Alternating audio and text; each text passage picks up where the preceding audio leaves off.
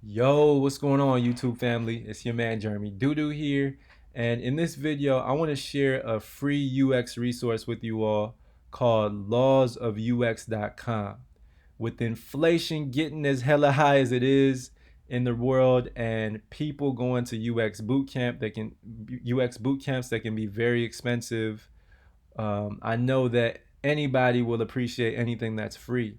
And if you're somebody that's self taught and you don't know where to begin, I feel like this is an amazing website that will be foundational for all those different use cases, right? No matter what background you're coming from, even if you're an experienced designer, this is a great UX resource to have. And I know that it's been super helpful for me.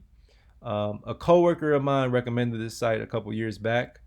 The site was started by a designer named John Yablonsky, and I think John also has a book now. If the site is amazing, I'm sure that the book is worth the purchase. It looks like you can purchase it on Amazon and all these different places. But I wanted to show you guys a site to help you understand how I've been able to learn about some of these principles. Now, I'll be straight up, I haven't memorized all the names of these principles, but I have read through many of them, and then I'll search for like an example of how I might recognize it in the real world, and then based on that newfound knowledge, I'll apply it to any project that I'm working on personally or for work, right? So I hope that what you can take away from this video is a way that you can learn about UX and practice it at the same time, right? So I wanted to go through a couple of these principles to show you how I learn about them, but you can always apply your own way of learning, right? So um, I'll show you guys a few of these principles here. So the first one I wanted to go through is called law of proximity. So you'll see the name of the heuristic here, and then you see a visual reference on the right side, right? So there's an overview section, there's a takeaway section. You can also learn about the origins of the principle that you're learning about, and then there's further reading and other resources where you can go down a rabbit hole to learn about that information, right? So let's read through the overview. So it says that objects that are near or proximate to each other tend to be grouped together. And the takeaway here is that proximity helps to establish a relationship with nearby objects, right? So the closer elements are to one another, the more it looks like those objects have a relationship, right? Elements in close proximity are perceived to share similar functionality or traits. So if you look at your remote control for your TV, just study that remote, right? You'll see that certain buttons are organized in a specific way because it looks like they have some sort of relationship, right? It could be, moving up and down, it could be the numbers, right? And it also says proximity helps users understand and organize information faster and more efficiently. Now, I organized a few different images to show you an example of how this plays out in the real world, right? So, law of proximity. How does this look on a website? Or how might you perceive this on a website? And I'm sure that you've seen this law at play, right? So, this is the Urban Outfitters screenshot that I took. And as you could see, the navigation is here in the middle. You have some filters on the left side, and then you have a bunch of different books that you can purchase in the middle of the screen, right? So all these different tiles are images that represent books that you can purchase. Boom, your mind just processes it just like that, right? So just because of how close these images are, and because they are images, and because these filters use the same visual treatment, right? They all have the same font weight, they all have the same font size, and they're very close to one another. Your mind starts to perceive all this information and organize organizes everything on the page very quickly. So you start to understand how to navigate the website, right? Also based off of your past experiences with other shopping websites. Um, so that is the law of proximity at play, right? You see all this information, whether it's the images in the middle, whether it's the text on the left, that this is the filter section, this is the navigation section, right? Because these certain items are close to one another and use the same visual treatment, your mind starts to organize the information in a specific way, right? The next one that I wanted to talk to you guys about is called the goal gradient effect. All right, so if I go back here, that's this one. And I hope that as I go through it, you start to understand how to learn these principles yourself. So this one says the tendency to approach a goal increases with proximity to the goal.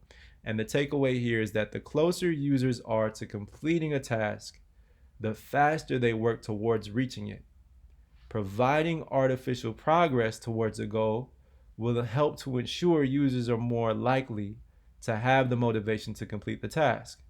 Provide a clear indication of progress in order to motivate users to complete tasks. Where might have you seen something like this play out in the real world? Um, well, if you've ever gone through an onboarding flow for a website or application that you use, I'm sure that you've seen some sort of progress indicator, right? And they tend to put this indicator because if users don't have some kind of visual cue to show them how far along they are in an experience, they tend to drop off, right? So if this was not there at all, say for instance, I'm just gonna put a white background on this. So as somebody would go through this flow, they're not really sure how long this is gonna take them, right? So just having some sort of visual cue to highlight that they're almost done or they have so many steps to go, it's motivational to people that this is not going to take so long. It might only take you a minute or two to complete the entire flow, right? So that's the goal gradient effect. The next one I wanted to show you guys is the aesthetic usability effect. I won't read through the entire all the takeaways, but I wanted to show you guys a fun example. So it says here, users often perceive aesthetically pleasing design as design that's more usable. Now, if you have ever been to elementary school, I'm sure that at some point or another, one of your friends said, "Hey, I have these shoes and they help me run faster." Right? Now, if you were playing against LeBron James, who is one of the best NBA players in the world, right? Arguably, which shoes would you prefer to wear? The Pony City Wings on the left or the Air Jordan 4s on the right? I'm going to assume that 98% of y'all chose these shoes here, right? They both can help you play basketball, but because these look a little bit more fly and they got some swag, and because they're Jordans, right? They got the name. I'm sure that you might feel a little bit better playing in some Jordans, right? The next law that I wanted to show y'all is called Hicks Law. So let's look at Hicks Law real quick. Where is that? Where is it, man? Oh, here it is. So it says the time it takes to make a decision increases with the number and complexity of choices. I won't read through all the takeaways, but the interesting one that I found here is that it says avoid overwhelming users by highlighting recommended options. Use progressive onboarding to minimize cognitive load for new users. Be careful not to simplify to the point of abstraction. Now, anytime you have used Netflix, I'm sure that you've seen this law at play, right? So Netflix has hundreds, if not thousands of movies, right? All kinds of different genres, drama, scary movies, funny movies, right? But how does somebody get to a specific movie title, that they want to see. Usually Netflix gives you some kind of recommendations in certain categories, right? So they have popular on Netflix, trending movies, movies that you can watch again, right? So it gets you closer to taking that action. Because there are so many options, they give you some sort of recommendation, right?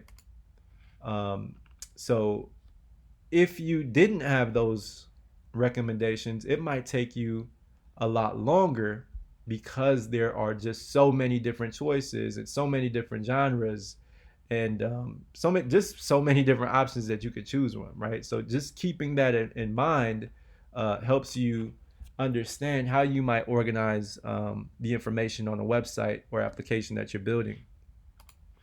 Um, so the last one I wanted to talk to you guys about is called Jacob's Law. So that's this one here. So it says users spend most of their time on other sites. This means that users prefer your site to work the same way as all the other sites that they already know. Um, so going back to Urban Outfitters, right? This is a site that's organized like many other shopping websites that you're familiar with. There are no new patterns that you need to learn here. And one thing about design is that this is not art. With art you can, organize your layout or canvas however you want, right? You can use whatever colors you want. You could use, however whatever kind of patterns that you use, right? But when it comes to designing a product, you typically want to use patterns that people are familiar with so there's not a steep learning curve to using your product, right? So it just helps the user become more efficient um, and get to the task that they're trying to complete as fast as possible. So I hope that this website helps you. I'm sure that it will. And like I said earlier, you can also purchase the book. I think that the website is amazing personally. I could be biased, but if you're somebody who's really trying to build a foundation for your UX knowledge, this is one of the best resources that I think I've ever come across that's free. It's really simple to learn about some of these principles. And John also provides a lot of different resources that where you can start going down that rabbit hole, right? But hopefully you get a gist of how I learn. I read through the information. I try to understand where I've seen an example of that in the real world. Then once I soak up some of that game, then I'll try to produce it in a personal project that I'm working on, and I learn about some of the nuances as I'm applying that newfound knowledge, right? So I hope that this information was helpful. If it was, you already know the deal. Like, comment, subscribe. I'll see you guys in the next video. Peace.